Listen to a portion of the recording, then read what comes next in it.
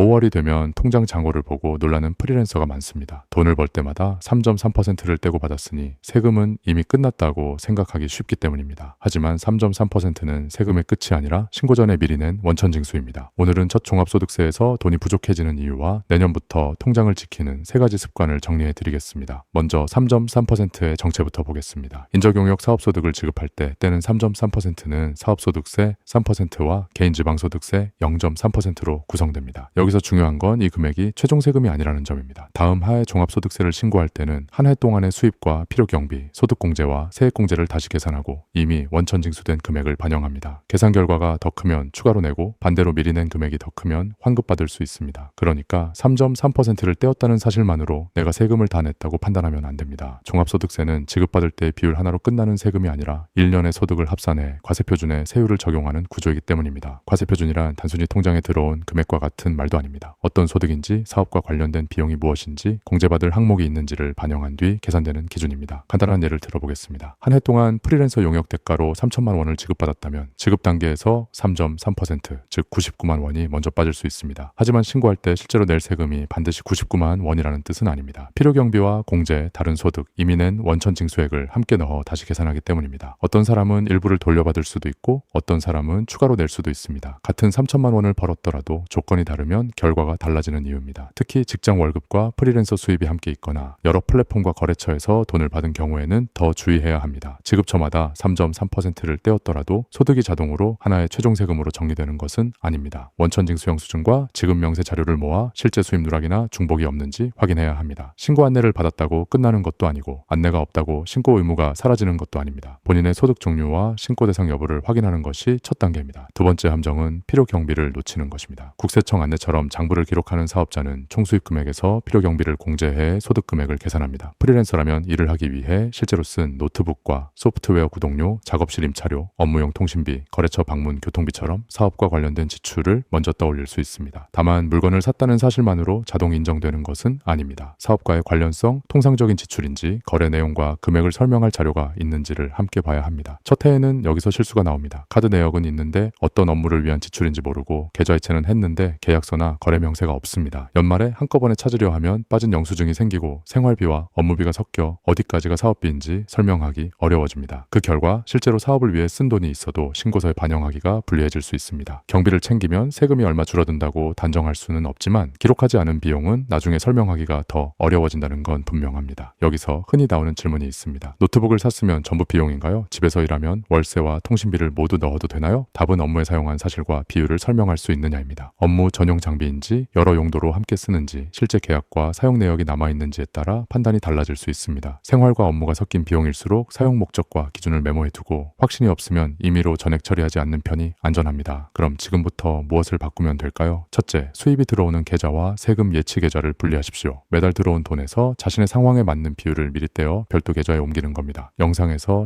10%에서 20%를 예시로 보여드리지만 이것은 법정 정답이 아닙니다. 다른 소득이 있는지, 경비가 어느 정도인지, 이미 낸 원천징수액이 얼마인지에 따라 실제 납부액은 달라집니다. 핵심은 남은 돈을 전부 쓸 수 있는 돈으로 착각하지 않는 것입니다. 둘째, 업무용 결제 수단을 정하고 지출 직후 기록하십시오. 사업용 카드 하나를 쓰는 것이 관리에는 도움이 되지만 사업용 카드라고 해서 모든 결제가 필요 경비나 부가가치세 공제가 되는 것은 아닙니다. 가족 식사, 개인 쇼핑, 여행처럼 사업과 무관한 지출은 제외하고 애매한 결제는 업무 목적을 짧게 메모해 두십시오. 영수증 사진만 남기는 것보다 날짜, 거래처, 무엇을 위한 지출인지 함께 남기는 편이 훨씬 강한 기록이 됩니다. 셋째, 분기마다 30분씩 숫자를 맞추십시오. 첫째 줄에는 지급받은 총수입, 둘째 줄에는 이미 원천 징수된 3.3%, 셋째 줄에는 사업 관련 지출과 증빙 여부, 넷째 줄에는 세금 예치, 계좌 잔액을 적습니다. 이 네 줄만 분기마다 확인해도 5월에 처음 숫자를 보는 상황은 피할 수 있습니다. 3.3%가 찍힌 원천 징수 내역과 내가 기록한 수입을 맞추고 빠진 증빙이나 중복 기록이 없는지도 확인하십시오. 분기 점검은 거창한 회계 프로그램이 아니어도 됩니다. 첫 주에는 지난 석 달의 입금 내역을 거래처별로 합치고 둘째 주에는 카드와 계좌 지출을 업무 생활 확인 필요로 나눕니다. 셋째 주에는 계약서와 영수증이 빠진 거래를 표시하고 마지막으로 예치금과 예상되는 추가 납부 가능성을 확인합니다. 중요한 건 완벽한 표를 만드는 것이 아니라 다음 분기에도 같은 방식으로 비교할 수 있는 흔적을 남기는 것입니다. 신고 시즌이 가까워졌다면 지급처에 원천징수 영수증이나 지급 명세 자료가 제대로 잡혀 있는지 확인하고 홈택스에 표시되는 수입과 내가 적어둔 숫자를 맞춰보십시오. 숫자가 다르면 어느 쪽이 틀렸다고 바로 단정하지 말고 지급일과 귀속 시기, 플랫폼 수수료가 어떻게 표시됐는지부터 얼마부터 확인해야 합니다. 이 과정을 미리 해두면 신고 화면 앞에서 처음부터 다시 추리하는 시간을 줄일 수 있습니다. 마지막으로 꼭 기억할 경고가 있습니다. 사업과 무관한 생활비를 경비로 넣거나 실제보다 큰 금액의 증빙을 만들거나 매출을 누락하는 것은 절세가 아닙니다. 나중에 다시 설명해야 하는 위험을 키우는 행동입니다. 애매한 비용은 국세청 홈택스 자료와 신고도움 서비스를 확인하고 필요하면 국세상담센터 126이나 세무전문가에게 물어보십시오. 첫 종합소득세가 무서운 이유는 세율 하나 때문이 아닙니다. 수입, 원천징수, 경비, 증빙을 한 번에 확인하기 때문입니다. 반대로 이 네 가지를 매달 조금씩 정리하면 5월은 갑자기 찾아오는 벌금 고지서가 아니라 지난 1년의 기록을 확인하는 절차가 됩니다. 3.3%는 가불입니다. 내 돈의 흐름을 미리 나누고 사업비를 바로 기록하고 분기마다 숫자를 확인하십시오. 이 영상이 도움이 되셨다면 구독과 좋아요 부탁드립니다. 다음 영상에서는 개인 사업자와 법인, 매출 얼마부터 갈아타야 하는지 계산 구조를 비교해 보겠습니다.